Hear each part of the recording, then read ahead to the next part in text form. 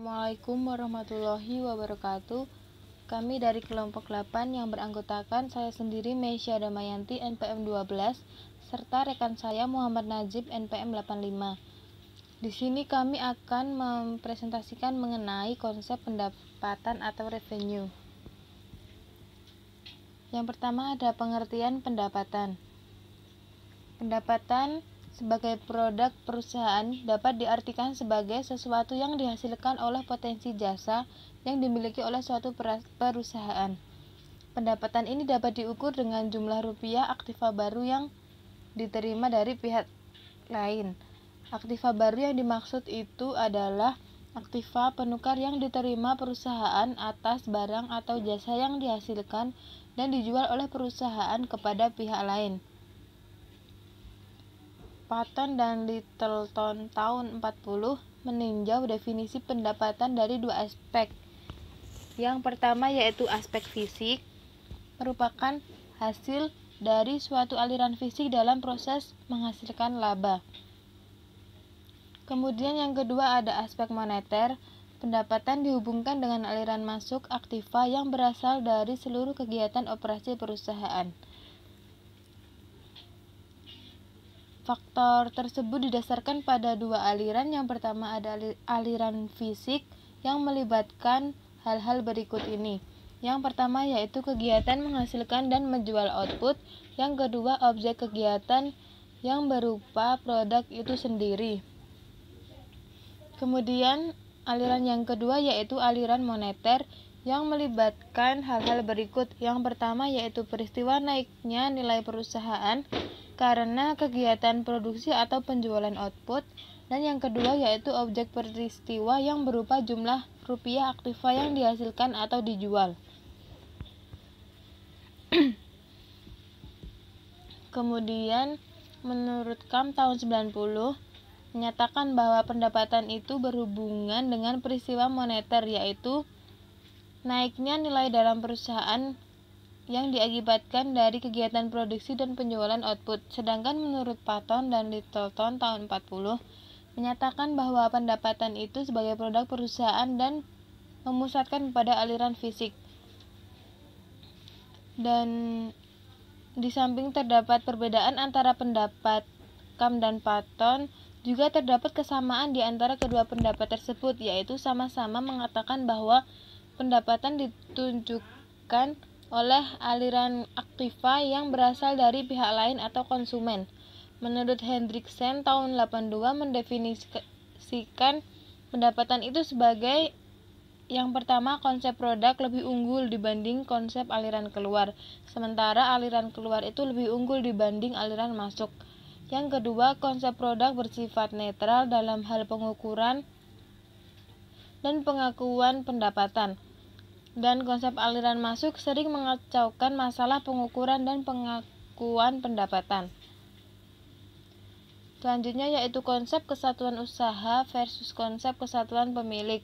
Berdasarkan konsep kesatuan usaha, pendapatan ini merupakan aliran aktiva baru yang masuk ke perusahaan yang berasal dari konsumen sebagai penukar produk perusahaan. Dan sebaliknya, berdasarkan konsep kesatuan, pemilik pendapatan diartikan sebagai kelebihan aliran sumber ekonomi yang masuk di atas potensi jasa yang keluar dari kesatuan usaha. Jika dihubungkan dengan artikulasi laporan keuangan, pendapatan ini diartikan sebagai kenaikan aktiva kotor akan lebih bermakna daripada pengertian pendapatan yang didasarkan pada konsep neto. Atas dasar tersebut, pendapatan diartikan sebagai kenaikan aktiva atau penurunan.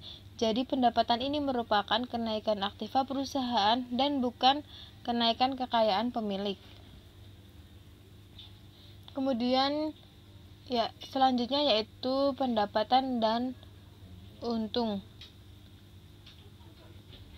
Kenaikan jumlah rupiah aktiva ini berasal dari yang pertama itu ada transaksi modal atau pendanaan yang mengakibatkan adanya tambahan dana yang ditanamkan oleh pemegang obligasi dan pemegang saham. Yang kedua, untung dari penjualan aktiva yang bukan berupa produk perusahaan seperti aktiva tetap, surat berharga, atau penjualan anak perusahaan. Yang ketiga ada hadiah, sumbangan, atau tamuan. Dan yang keempat ada penyerahan produk perusahaan berupa hasil penjualan produk atau penyerahan jasa. Di sini ada dua pendekatan yang digunakan untuk menentukan elemen pendapatan. Yang pertama yaitu pandangan yang luas tentang pendapatan mencakup semua hasil kegiatan bisnis dan investasi. Yang kedua yaitu pendekatan yang lebih sempit, yaitu mencakup kegiatan penjualan output dan tidak memasukkan elemen untung yang berasal dari investasi. Kemudian selanjutnya yaitu untung merupakan aliran aktiva yang masuk ke dalam perusahaan melalui yang berasal dari kegiatan yang menjadi tujuan utama dari perusahaan. Dan FASB ini mendefinisikan untung sebagai kenaikan aktiva yang sekaligus menaikkan modal yang berasal dari transaksi sampingan atau peristiwa lain yang bukan berasal dari pendapatan atau investasi dari pemilik. IAI sendiri mengartikan bahwa untung sebagai bagian yang terpisah dari pendapatan. Hal ini dapat dilihat dari PSAK nomor 23 menyebutkan bahwa penghasilan meliputi pendapatan maupun keuntungan. Dari kedua pandangan tersebut dapat dilihat adanya perbedaan dalam perlakuan pendapatan dan untung. Namun, untuk memenuhi kebutuhan pemakai laporan keuangan, pemisahan pendapatan dan untung ini mungkin akan lebih informatif dibandingkan memasukkan untung sebagai bagian dari pendapatan. Selanjutnya yaitu pengukuran pendapatan. Pendapatan itu dapat diukur dalam nilai tukar produk atau jasa dalam suatu transaksi yang bebas. Nilai tukar tersebut menunjukkan ekivalen kas atau nilai diskonto tunai dari uang yang diterima atau akan diterima dari transaksi penjualan. Apabila pengumpulan kas itu pendek, maka potongan tersebut dapat dihiraukan. Nah, di sini tuh ada 3 alasan yang mendukung perlakuan tersebut menurut KAM tahun 90. Yang pertama, pada tingkat potongan yang rendah, jumlah yang relatif kecil tidak akan mempengaruhi pengukuran pendapatan. Yang kedua, karena potongan dapat diklarifikasikan sebagai bagian dari total pendapatan, pengaruh utamanya ada pada masalah pengakuan. Dan yang ketiga yaitu penggolongan pendapatan yang timbul dari penjualan yang disertai potongan. Nah, ini dapat diakui sebagai rugi akan mengurangi pendapatan. Selanjutnya yaitu pembentukan dan realisasi pendapatan. Yang pertama, pembentukan pendapatan atau earning process merupakan konsep menjelaskan proses terjadinya suatu pendapatan. Pendapatan ini dianggap terbentuk bersamaan dengan seluruh proses berlangsungnya kegiatan perusahaan. Jadi, proses pembentukan pendapatan ini dimulai dari kegiatan produksi, penjualan, dan pengumpulan piutang. Menurut Patton dan Littleton tahun 40, konsep pendapatan tersebut didukung oleh konsep upaya dan hasil. Cost dianggap sebagai upaya yang dimaksudkan untuk menciptakan suatu hasil berupa pendapatan. Kemudian yang kedua yaitu realisasi pendapatan. Merupakan teknik akuntansi yang dijadikan dasar untuk menandai pengakuan pendapatan. Nah, ini dapat dilihat dengan adanya tanda-tanda kejadian berikut ini. Yang pertama, adanya kapasitas perubahan produk menjadi bentuk aktiva lain melalui kegiatan penjualan yang sah. Yang kedua, diperolehnya aktiva lain sebagai pengesahan terhadap transaksi penjualan tersebut.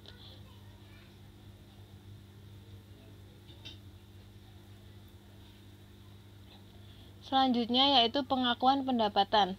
Kriteria pengakuan pendapatan secara umum ada 2 kriteria.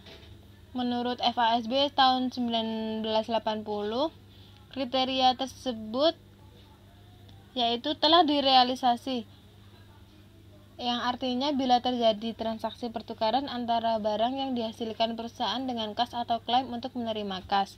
Yang kedua yaitu pendapatan telah terbentuk, yaitu bila kegiatan tersebut menghasilkan barang dan jasa yang telah berjalan secara substansial telah selesai. Menurut KAM ada 3 kriteria yang dapat digunakan untuk mengakui pendapatan. Yang pertama yaitu keterukuran nilai aktiva. Pandangan yang selama ini mendominasi pengakuan pendapatan adalah bahwa aktiva itu yang diterima harus aktiva liquid atau kas ataupun piutang. Yang kedua, terjadinya transaksi. Pendapatan diakui apabila terjadi pertukaran antara barang yang dihasilkan perusahaan dengan aktiva baru yang diterima oleh perusahaan. Yang selanjutnya yaitu proses pembentukan pendapatan telah selesai. IAI dalam PSAK nomor 23, pendapatan diakui apabila besar kemungkinan manfaat ekonomi masa depan akan mengalir ke perusahaan dan manfaat tersebut dapat diukur dengan andal.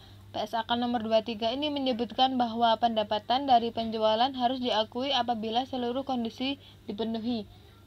Yang pertama, perusahaan telah memindahkan resiko secara signifikan dan telah memindahkan manfaat kepemilikan barang kepada pembeli. Yang kedua, yaitu perusahaan tidak lagi mengelola atau melakukan pengendalian efektif atas barang yang dijual. Yang ketiga, yaitu jumlah pendapatan tersebut dapat diukur dengan andal. Yang keempat, yaitu besar kemungkinan manfaat ekonomi yang dihubungkan dengan transaksi atau mengalir kepada perusahaan tersebut. Dan yang kelima, yaitu biaya yang terjadi atau yang akan terjadi berkaitan dengan transaksi penjualan yang dapat diukur dengan andal. Selanjutnya, yaitu PSAK nomor 23 ini juga menyebutkan bahwa pendapatan dari penjualan dapat diakui apabila yang pertama, jumlah pendapatan dapat diukur andal. Yang kedua, besar kemungkinan manfaat ekonomi sehubungan dengan transaksi tersebut akan diperoleh oleh perusahaan.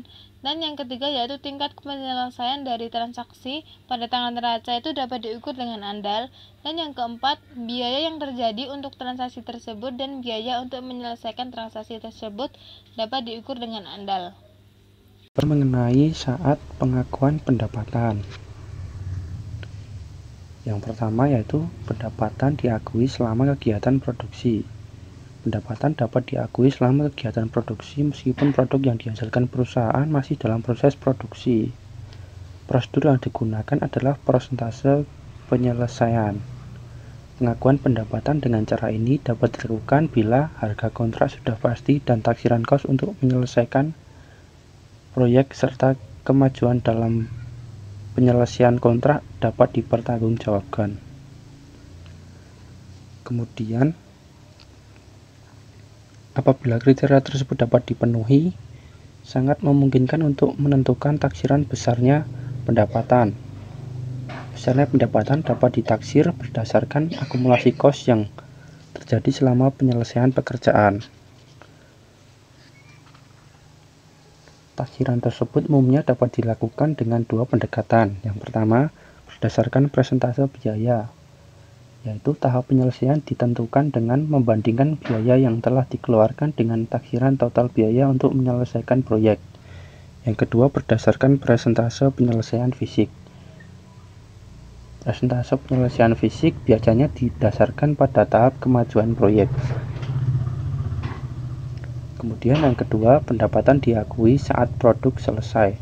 Pengakuan pendapatan atas dasar produk selesai biasanya dianggap tepat untuk industri pertambangan dan pertanian.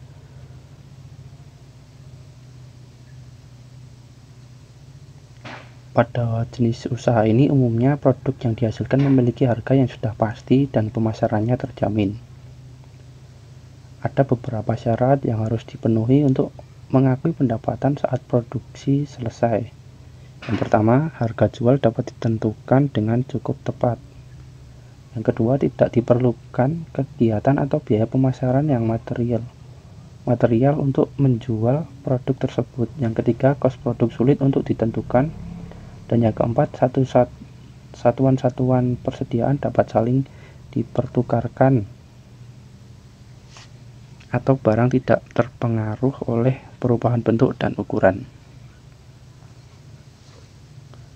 Kemudian yang ketiga, pengakuan pendapatan pada saat penjualan. Pada kebanyakan perusahaan, pengakuan pendapatan pada saat penjualan merupakan dasar yang paling jelas dan objektif daripada dasar pengakuan yang lain.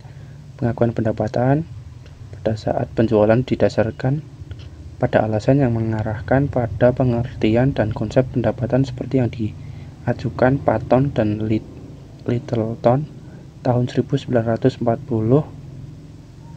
Yang pertama, pendapatan merupakan jumlah nominal yang menyatakan produk akhir operasi perusahaan.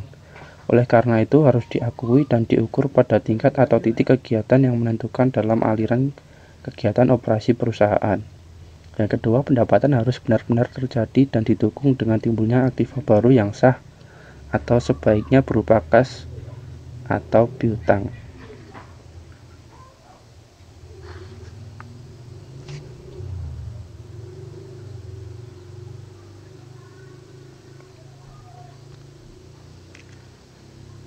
Selanjutnya terdapat masalah yang sering muncul. Yang pertama ada biaya setelah penjualan. Dalam praktik seringkali terjadi bahwa beberapa jenis biaya baru muncul setelah terjadi penjualan. Misalnya yaitu biaya penagihan piutang, biaya garansi barang, dan lain-lain. Kemudian yang kedua ada hak pengambilan barang. Dalam transaksi penjualan seringkali disebutkan bahwa pembeli berhak mengembalikan barang dalam periode tertentu. Pada kasus ini FASB dalam SFAS nomor 48 menyatakan bahwa apabila pembeli berhak untuk mengembalikan barang pendapatan dapat diakui apabila syarat berikut dipenuhi. Yang pertama, harga jual cukup pasti dan dapat ditentukan pada saat penjualan. Yang kedua, pembeli sudah membayar kepada penjual atau pembeli diwajibkan untuk membayar penjualan. Kewajiban untuk membayar tersebut tidak tergantung pada kondisi apakah produk yang dibeli tersebut laku dijual atau tidak. Yang ketiga, kewajiban membayar kepada penjual tidak berubah apabila produk dicuri, nilai produk berkurang, atau produk mengalami kerusakan. Yang keempat, pembeli benar-benar ada atau dengan kata lain pembeli merupakan suatu badan yang secara ekonomi disebut perusahaan. Yang kelima, penjual secara signifikan tidak memiliki kewajiban atau pertanggungjawaban terhadap hasil penjualan kembali produk yang dilakukan pembeli. Yang keenam, jumlah nominal pengembalian dapat ditaksir secara cukup pasti. Kemudian masalah yang ketiga ada penjualan jasa. Masalah yang sering muncul dalam pengakuan pendapatan perusahaan jasa adalah menentukan kejadian yang menandai apakah penyerahan jasa telah dilaksanakan. Menurut IJPA dikutip oleh KAM tahun 1990, ada beberapa pedoman yang dapat digunakan untuk mengakui pendapatan jasa. Yang pertama, apabila pelaksanaan jasa terdiri dari pekerjaan satu macam tindakan, pendapatan diakui pada saat pekerjaan tersebut terlaksana. Yang kedua, apabila pelaksanaan jasa terdiri dari pekerjaan lebih dari satu macam tindakan, pendapatan diakui selama periode pelaksanaan pekerjaan secara proporsional. Yang ketiga, apabila jasa dilaksanakan lebih dari satu macam tindakan, pendapatan harus diakui pada saat pelaksanaan pekerjaan selesai, seluruhnya berdasarkan kondisi yang telah ditentukan.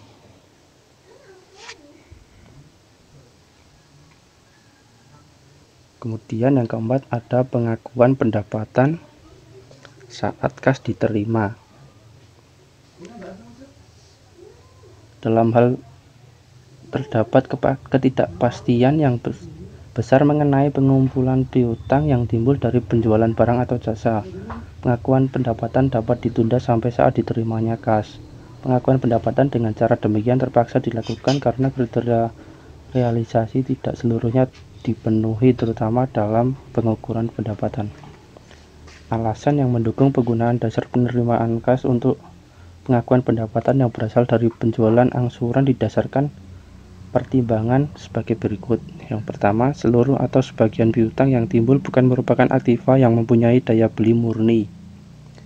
Yang kedua, semakin lama jangka waktu angsuran, semakin besar kemungkinan piutang tidak akan tertagih. Yang ketiga, biaya sesudah penjualan, terutama biaya penagihan dan pengumpulan piutang biasanya lebih tinggi dibandingkan dengan biaya sesudah penjualan untuk jenis penjualan kredit. Kemudian ada pendapatan menurut IFRS. IFRS memberikan kriteria pengakuan pendapatan di IAS 18. Yang pertama ada penjualan barang. Pada paragraf 14 IAS 18 memberikan kriteria pengakuan pendapatan dalam penjualan barang sebagai berikut. Yang pertama, entitas telah mengalihkan kepada pembeli risiko signifikan dan kepemilikan barang tersebut. Yang kedua, entitas tidak lagi menahan keterlibatan manajerial sampai pada suatu tingkat di mana diasosiasikan dengan kepemilikan barang ataupun tidak memiliki kontrol terhadap penjualan barang tersebut. Yang ketiga, jumlah pendapatan dapat diukur secara handal. Yang keempat, kemungkinan bahwa manfaat ekonomis yang dikaitkan dengan transaksi akan mengalir ke entitas. Dan yang kelima, biaya yang muncul atau akan muncul dalam transaksi tersebut dapat diukur secara handal. Kemudian yang kedua ada penyediaan jasa. Pada paragraf 20 dan 26 IAS 18 memberikan kriteria pengakuan pendapatan dari penyediaan jasa.